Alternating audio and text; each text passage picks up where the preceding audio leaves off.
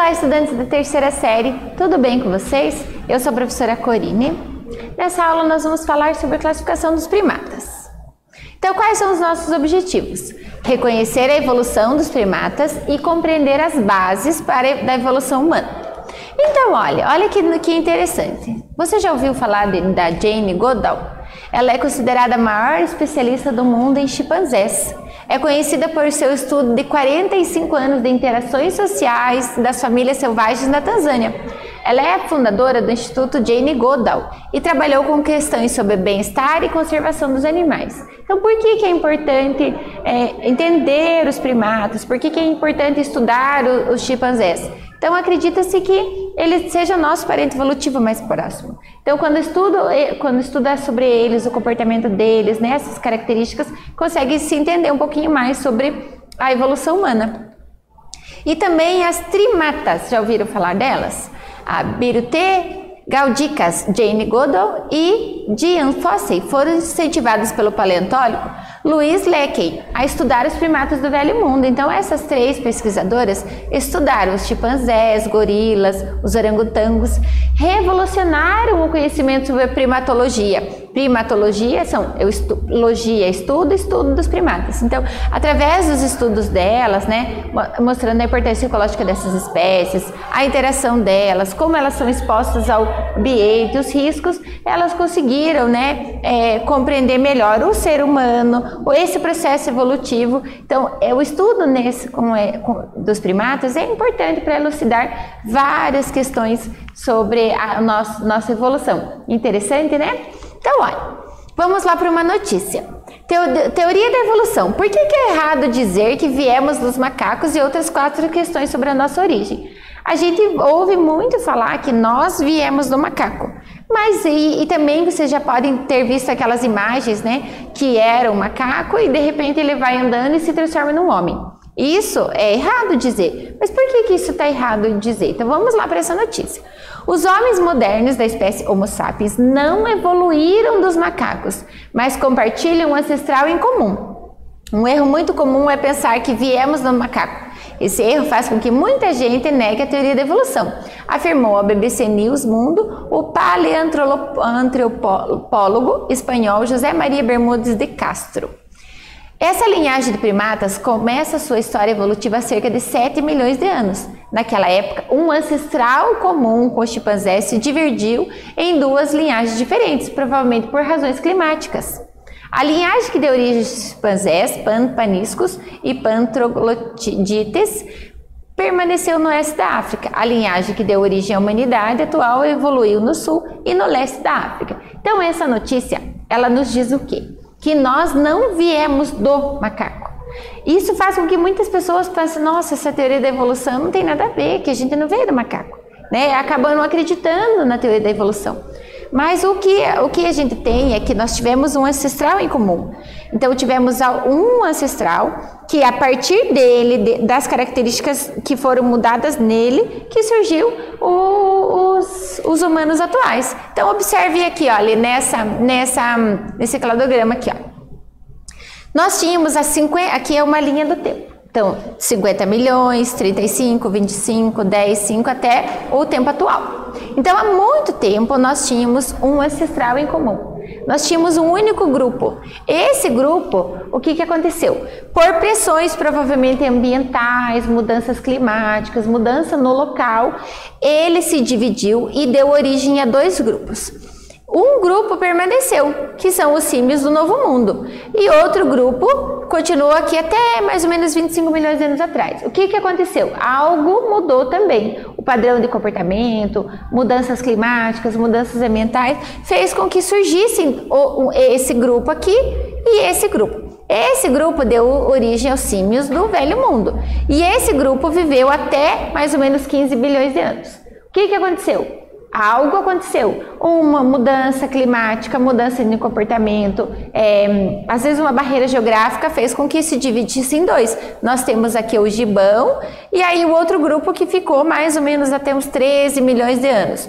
Deu origem, algo aconteceu de novo, deu origem aos orangotangos e a esse grupo. Há 10 milhões, esse grupo dividiu, virou o gorila, e outro grupo, que mais ou menos há 7 milhões, algo aconteceu. Quando eu falo em algo aconteceu, são mudanças climáticas, pode ser barreiras geográficas, mudanças comportamentais, né? Então, algo fez com que aquele grupo que estava vivendo se dividiram. E através dessas reproduções entre esses grupos aqui, novas características foram surgindo. Então foram dando origem a outras espécies, até que surgiu os hominídeos, né, com o homem. Então observe que nós não viemos do macaco, mas sim nós temos um ancestral em comum, alguém que estava num grupo que tinha as primeiras características de primatas. O que aconteceu? Alguma coisa, uma mudança climática, algo fez com que esses grupos se separassem.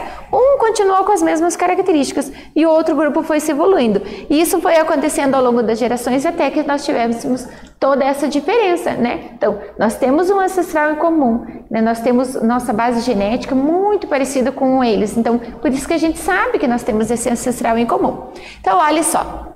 A vida surgiu a Terra surgiu há 4,6 bilhões de anos atrás, né? As primeiras formas de vida surgiram lá, ó, há 2 bilhões de anos atrás. E o homem surgiu apenas 1 milhão de anos. Então, se eu for pensar que 2 bilhões de anos atrás surgiu a vida e nós temos 1 bilhão, nós surgimos há 1 milhão de anos, nós somos relativamente muito novos nessa teoria evolutiva, né? Nós estamos aqui há bem menos tempo do que os nossos primeiros ancestrais. Então, olha, quando nós fomos falar sobre a evolução dos vertebrados, vocês aprenderam lá no segundo ano do ensino médio lá sobre a evolução dos seres. Vocês começaram a aprender lá nos primeiros animais, os poríferos, os quinidários, e foram caminhando ao longo das características. Quando vocês começaram a falar sobre os vertebrados, nós vimos que existiram características nesses peixes que fizeram com que eles começassem a se adaptar a viver no mundo fora da água, né? Então, por exemplo, surgiu lá os peixes com nadadeiras lobadas que podiam caminhar, surgiram os peixes pulmonados que conseguiram fazer troca gasosa com o ar atmosférico.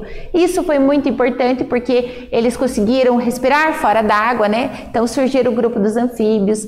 Esses grupos ainda eram dependentes da água, né? Mas surgiu lá o ovo com casca, lá nos répteis, que fez com que eles pudessem ir para vários locais, né? Não precisava mais depender da água para sobreviver, né? Porque conseguiu fazer suas trocas gasosas. Surgiram os primeiros mamíferos, né? Logo surgiram os primeiros primatas arborícolas, né? Que são os primeiros primatas que viviam exclusivamente sob as árvores, sob a copa das árvores, né? Não tinham o hábito de ficar no chão. Depois surgiram os primatas terrestres, até que surgiu lá a nossa espécie humana. Então houve todo um período de adaptação, né? Várias coisas foram acontecendo, características novas foram surgindo ao longo dessa geração para que se chegasse à espécie humana atual. Então não foi assim do nada, né? Então nós não viemos do macaco. Características foram surgindo ao longo do tempo por pressões evolutivas, mudanças climáticas, né? Que essas características foram surgindo através das mutações genéticas, favoreceram que novas características fossem bem adaptadas e aí foi surgindo, né? Até que surgiu o humano. Então, olha.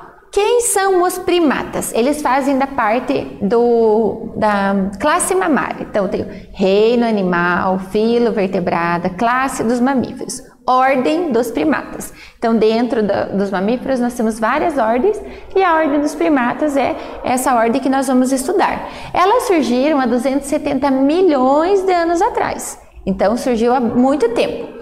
Essa ordem, né, a classe mamália, surgiu 270 milhões de anos atrás. E a ordem dos primatas surgiu há 65 milhões de anos. Quem foram os primeiros, né? Quem são os representantes atuais?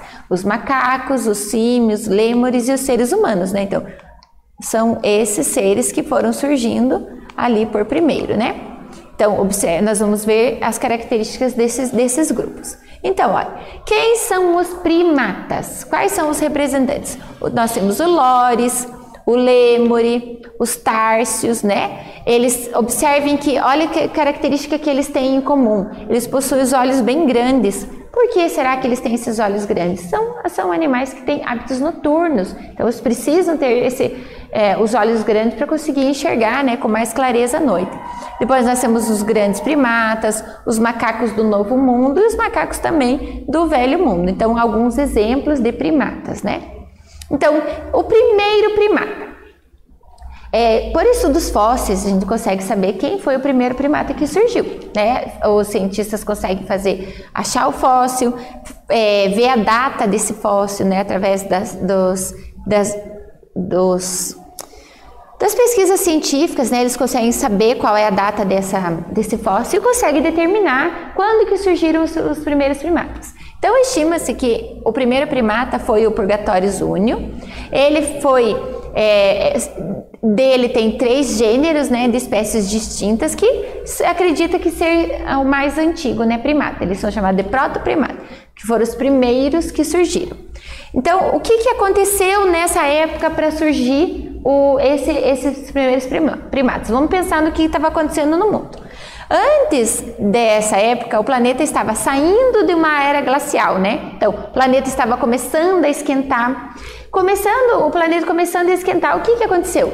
Novas espécies começaram a surgir, principalmente as árvores maiores, né? Porque as árvores maiores, as árvores tropicais, elas gostam de calor. Então, se estava saindo dessa era glacial, que era frio, e estava começando a aquecer o planeta, surgiram nova mudança, né? Lá no ambiente. Então, novas árvores começaram a surgir. E isso fez com que seres começassem a se modificar pela pressão do ambiente, do novo ambiente, e surgiram então esses primeiros primatas, né? A temperatura do planeta estava aumentando, novas florestas foram surgindo, favorecendo novos habitats, né? Então, novas características. Então, seres que conseguiam habitar em florestas, por exemplo, na copa das árvores, tiveram um grande sucesso, porque tinham um local protegido para morar, tinham comida, né? Então, foram tendo sucesso reprodutivo e foram surgindo essas características, né? Então, seleção de características vantajosas para quem estava na copa dessas árvores, né? Tinham proteção, encontravam comida, né? Então, começaram a se reproduzir com grande quantidade e sendo bem favorecidas, né? Esse Purgatórios úneo tinha um hábito arborícola, então vivia sob as copas das árvores e era herbívoro, né? Então se alimentava de folhas, então ele conseguiu um sucesso evolutivo bem grande na época. Então, olha, os prosímios, o que são os prosímios? Os primatas vão se dividir em 2 grupos, os prosímios e os antropóides. Quem são eles? Os prosímios, então nós tínhamos aqui esse primeiro grupo, né? Eles eram os prosímios primitivos, em azul tem os prosímios e em roxinho estão os antropóides. Existiam esse grupo. Esse é nosso ancestral comum. Algo aconteceu no ambiente, algo aconteceu que fizesse com que surgissem novas características. Dos prosímios eu tenho o lêmure, o lore e os társios. E depois eu tenho os macacos do Novo Mundo, do Velho Mundo, o gibon, o orangotango, né, que nós vamos ver as características deles. Então, nós temos 2 grupos de primatas. Os prosímios, que são os primeiros primatas, eles têm hábitos mais arborícolas, têm hábitos também, eles têm hábitos noturnos, e aí nós temos os antropóides, que vão incluir macaco e o ser humano. Vamos lá para uma atividade, olha. O jovem Oliver era diferente de outros chimpanzés. Ao invés de caminhar inclinado para frente, com os ombros e braços, ele andava ereto com 2 pernas. Uma passada mais parecida com a dos humanos. Foi justamente a sua marcha em comum que mudou a sua vida para sempre. Como que você classificaria o Oliver? Como um prosímio ou símio? Como que você explica, à luz da teoria da evolução, esse comportamento? Então, lembrando que os prosímios, eles têm hábitos mais noturnos e são mais arborícolas. Os símios, eles têm um hábito diurno, eles conseguem viver uma grande parte do tempo na terra. Então, como será que era o Oliver? Ele era o prosímio ou símio? Qual que é esse comportamento dele, pensando evolutivamente? Como que ele conseguiu ter esse comportamento, né, de andar mais ereto, uma passada mais parecida com os humanos? Vou dar um tempinho para vocês pensarem e volto com a resposta.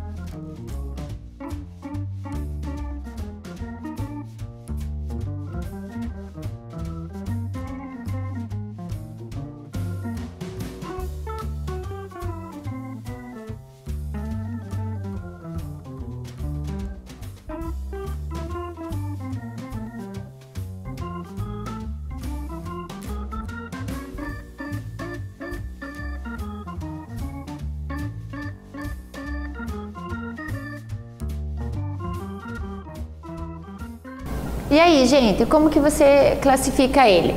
Ele é um, né, símio, né? Tem hábitos diurnos e anda mais no chão. E as características dele foram se adaptando conforme o ambiente foi proporcionando.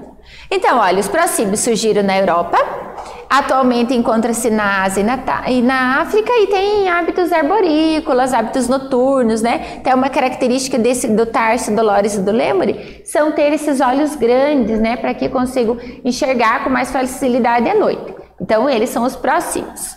Os antropóides, ou também são chamados de símios, eles têm o quê? Um hábito mais diurno e eles vivem mais adaptados ao chão. Eles ainda estão nas árvores, mas já conseguem viver e conseguir se relacionar, conseguir procurar alimentos no chão.